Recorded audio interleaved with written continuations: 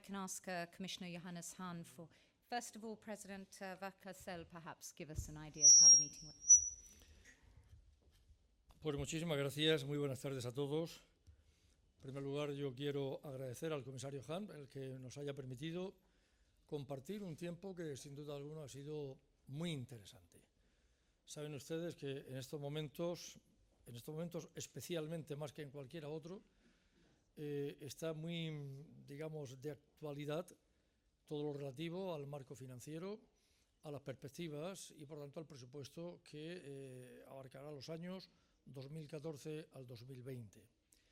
Y saben ustedes igualmente que desde el Comité de las Regiones estamos planteando una posición, siempre lo hemos hecho, corresponde hacer ahora, por tanto, lo propio como en anteriores ocasiones con respecto de cuál es nuestra posición sobre el presupuesto. Se constituyó una comisión para tal uso, una comisión que además ya ha elaborado un dictamen que se va a debatir y a aprobar el próximo día 8 de octubre con motivo del plenario del CDR, del Comité de las Regiones, y desde luego, por resumir, lo que creo que es denominador común a todas las regiones representadas en este comité es que efectivamente las regiones no pueden perder fondos, las regiones no pueden prescindir de fondos y las regiones además, aquellas que se manifiestan más vulnerables ante la crisis, requieren desde luego de este instrumento que es la política de cohesión, sin el cual es del todo imposible superar la crisis. Comprenderán pues la preocupación que existe en todas las regiones en términos generales, pero de forma muy particular en aquellas otras regiones que, repito, por su carácter de vulnerabilidad ante la crisis, requieren de los mayores esfuerzos presupuestarios para salir de la misma. En esto, como en tantas otras cosas, pero especialmente en esto, siempre hemos encontrado en el comisario Hahn un auténtico aliado, una persona que hace valer precisamente la cohesión, alguien que conoce en profundidad lo que significa la cohesión como herramienta para poder superar situaciones de dificultad y, sobre todo, para evitar que esta brecha que se está produciendo entre regiones de los estados norte de la Unión frente a estados sur se siga ampliando.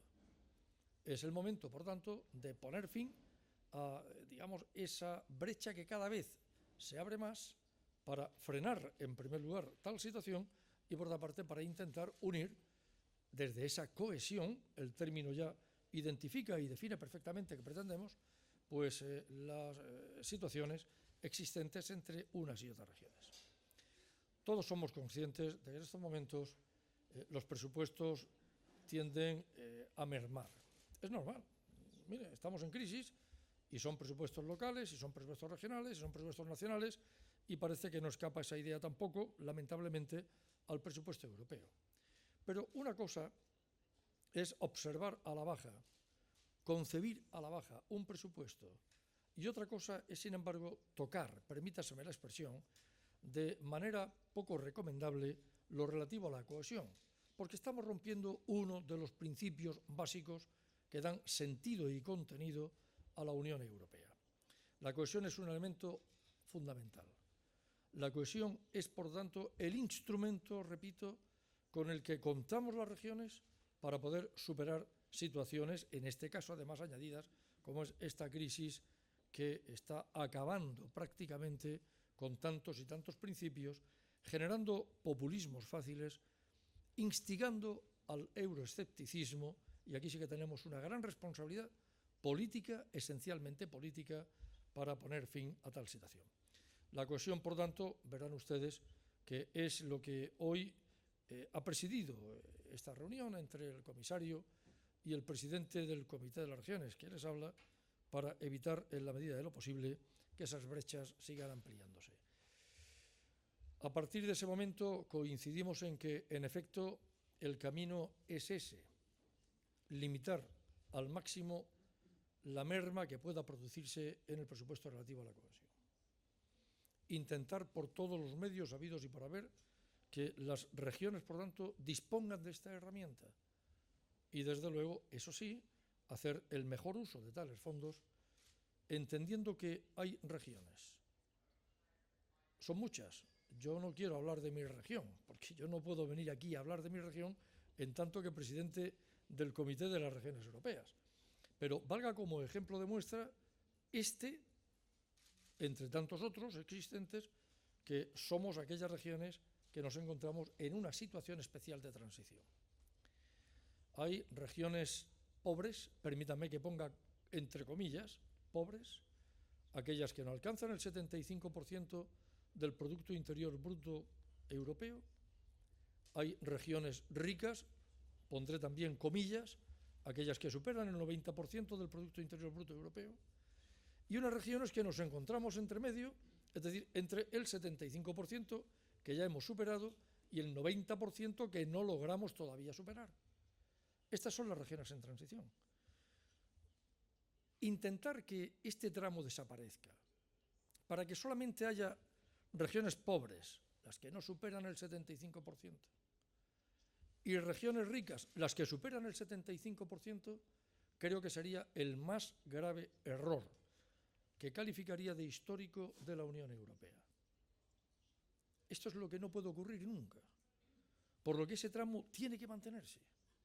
Ese tramo entre el 75 y el 90% debe de existir como tal y tener la consideración efectivamente de que aquellas que estén más próximas al 75%, las que acaban de superar el umbral de la pobreza, vuelvo a poner comillas, el umbral de la pobreza, podrán percibir más fondos que aquellas otras que están muy próximas al 90%. Pero en cualquiera de los casos, nunca la desaparición de este tramo. Esto es algo que hemos comentado, es algo en lo que estamos de acuerdo, y es evidente que a partir en estos momentos, no hay que esperar mucho más, las regiones del Comité de las Regiones tendrán que presionar a sus correspondientes Estados miembros, a sus naciones, con la finalidad de hacer valer estos criterios en cuanto a la política de cohesión se refiere. Pues bien, esto es, y no es poco, lo que ha dado de sí esta reunión que he mantenido con el comisario Hahn, al cual vuelvo a agradecerle su atención y, desde luego, su compromiso para con las regiones de Europa. Muchas gracias. Thank you, Mr. President. Thank you for coming to us here into the Parliament. It was, may I say, the first official bilateral meeting between the new elected President of the Committee of the Region and the Commissioner for Regional Policy. I can simply confirm what you have said, what the President of the Committee of the Region has said. Indeed, this is the most urgent areas for the next few weeks when we are at the pivotal moment of discussing the next multi-annual financial framework. Indeed, we have presented a very comprehensive relaunch of regional policy, and that means that we have, for instance, introduced transition regions, because the traditional task of regional policy is indeed to reduce disparities between less and more developed regions.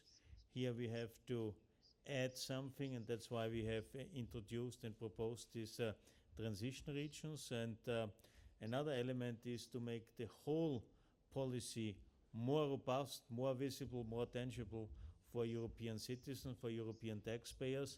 That's why one of our key elements of the reformed policy is indeed result orientation, to agree with regions, with member states about quantifiable results which should be achieved by the end of the period 2020.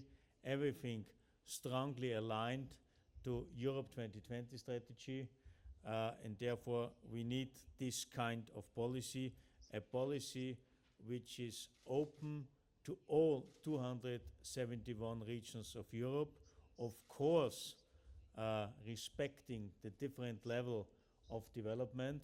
But if we like to implement European goals, then we have to see what is the adequate tool, what is the adequate means. And this is definitely regional policy, where we transfer the strategy on the paper into concrete actions on the ground in the regions. And this is why we have proposed this kind of policy, this architecture. And as the President has said, it doesn't make any sense to change on the main corners of this policy. And we have to see what we can do in order to have adequate means also in terms for future investments. That's why we don't agree about any ideas having cuts in the budget. But if there are cuts, and we will fight till the end not to face any cuts, then these cuts should be adequately everywhere and not disproportionately that transition regions or more developed regions receive less than the less developed regions.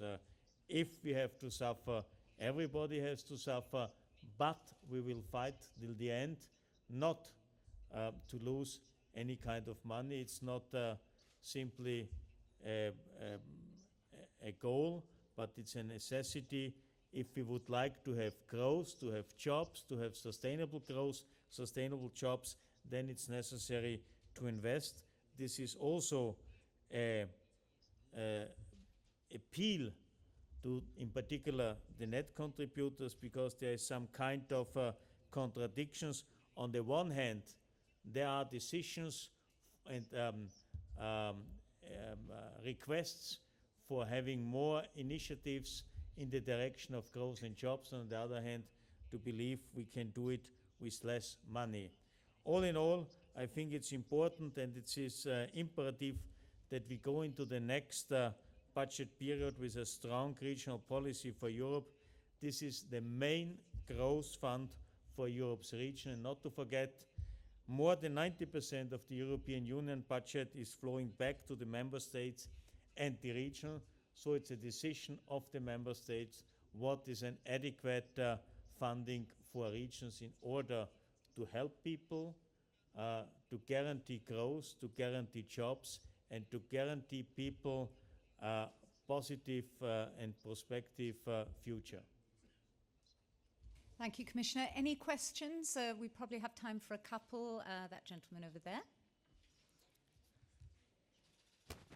Antonio Delgado de la Radio Española en español, pero es una pregunta para ambos, para el presidente y para el comisario. El argumento de los países contribuyentes para reducir las perspectivas financieras es que estamos en crisis y está habiendo austeridad a nivel nacional y por lo tanto tiene que haberlo también a nivel europeo. Ese es el argumento para recortar en política regional. ¿Cuál es su respuesta a esa tesis?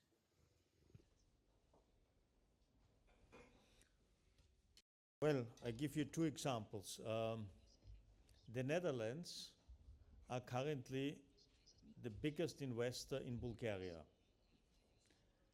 So if Bulgaria is developing itself very well, very quick, it's of highest interest of the Dutch investors, because then they will get back their investment sooner than later.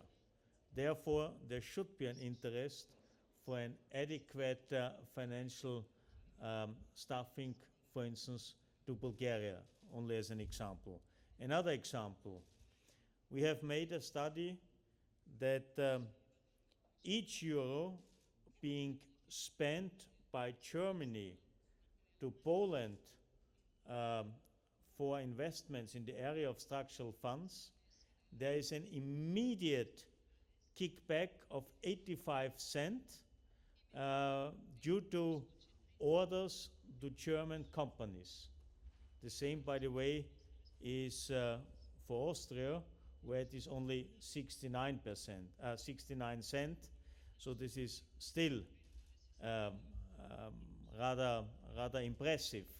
And these are two examples where net contributors and their national economy, their businesses, have a lot of gain by spending money to structural funds, because the impact on the national economy, on their jobs in their countries is much higher than it would look like at the first glance.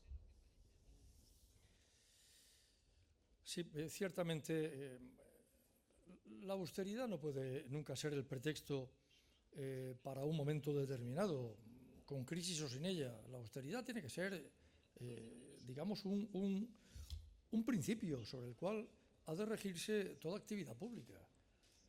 Ahora bien, lo que no puede ser nunca es la cobertura para poder recortar políticas que sean precisamente las relativas a esa cohesión que permita salir de la crisis. En nombre de la austeridad, no creo que deba de ser la aplicación de unas políticas que ven un recorte determinado que precisamente lo que hace es no permitir salir de la crisis. Y en cualquiera de los casos, yo le voy a decir una cosa. Yo soy partidario absolutamente de contemplar la austeridad como un principio básico de toda acción pública. Pero la austeridad no puede ser nunca un fin en sí mismo. La austeridad será un vehículo, un medio para alcanzar una meta. Y la meta del político no puede ser otra que la creación de riqueza para, a partir de ahí, generar empleo. Esa es la preocupación del político. No debe haber otra preocupación que no sea esencialmente esta. Luego, sí a la austeridad, pero nunca como un fin, nunca como un objetivo único o una meta, sino como el vehículo que me llevará a ese otro fin, ahora sí, que es generar riqueza para distribuir equitativamente esa riqueza y a partir de ahí crear empleo. El principio básico de toda acción política. No me vale, pues, entender la austeridad como esa cobertura que permita el recorte de ciertos presupuestos cuando realmente lo que estamos haciendo con esos recortes precisamente es muy posiblemente impedir cuanto antes la salida de la crisis. Okay, I think that might be one more question and then I think we'll have to wrap it up. It's mainly for Commissioner Hahn. Regarding the GAC Council of yesterday, the latest negotiating box proposed by the Cyprus presidency were almost promising cuts in cohesion. However, many countries voiced their concern about that. So do you think it's still possible to have a reverse in this trend? And also, I would like to know if how do you consider the disparition of the reverse safety net in this negotiating box? Well, we are, let's say, at the beginning of the very intensive discussions, and everybody is now sticking his big points into the earth, let me say that way, and therefore the reverse safety net is one of the proposals of net contributors. This is opposite to the opinion of beneficiaries and is simply part of the negotiations. I would not okay, it's on the table, but I wouldn't be too worried about it. If it's very short, otherwise we'll go. It's actually for both. It's concerning on the aid for the transition regions. Since the idea that cuts have to be taken is quite big amongst the member states, would both of you be satisfied if the level of aid for transition regions was reduced but not completely eliminated, as some countries like Sweden is proposing? Thank you.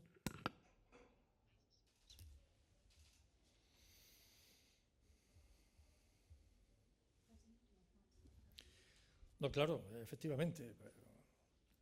¿Cómo vamos a estar de acuerdo con que se elimine en absoluto? Esto es lo que anteriormente hemos dicho, creo que con toda la claridad habida y por haber. Este es un tramo que no se debe de tocar. Es un tramo que no se puede tocar, porque además sería ficticio, porque rompería los criterios básicos sobre los cuales se sustenta la razón de ser de la Unión Europea, del sentimiento europeo. No podemos quebrar el principio de la solidaridad, no podemos quebrar el principio de la cohesión que da sentido a la solidaridad. No se puede pasar hablando en términos quizá demasiado elocuentes, no se puede pasar de ser una región pobre a ser una región rica. Cuando a lo mejor no se es del todo pobre, pero en cualquier caso no se es rico bajo ningún concepto. Mire, hay un ejemplo claro. Tendré que recurrir otra vez al de la región de Murcia. Si nosotros pasáramos en este momento a ser una región no considerada en transición y por tanto estimando que estaríamos por encima de ese 90% en cuanto al Producto Interior Bruto europeo se refiere, que no lo estamos, tendríamos un trato similar, por ejemplo, a la ciudad de Londres. Creo que con esto ustedes se van a hacer perfectamente una idea de qué es lo que estamos diciendo y qué es lo que nos estamos jugando. No puede ser. Simplemente no puede ser. Well, you have to sow something in order to reap something afterwards. And the less you do, the less you will reap or gain. And this is exactly what the member states have to decide. Because again, we are not asking for money or more money for bureaucracy or administration. We are asking for money for actions, for projects, for initiatives on the spot in order to contribute to growth, creating jobs, giving people a perspective, fight against youth unemployment. And now it's up to the member states, because Parliament is on our side, but it's up to the member states if they really are willing to join us or not. It's the time of truth. That seems a good moment to stop. On that rousing note, thank you very much, all of you.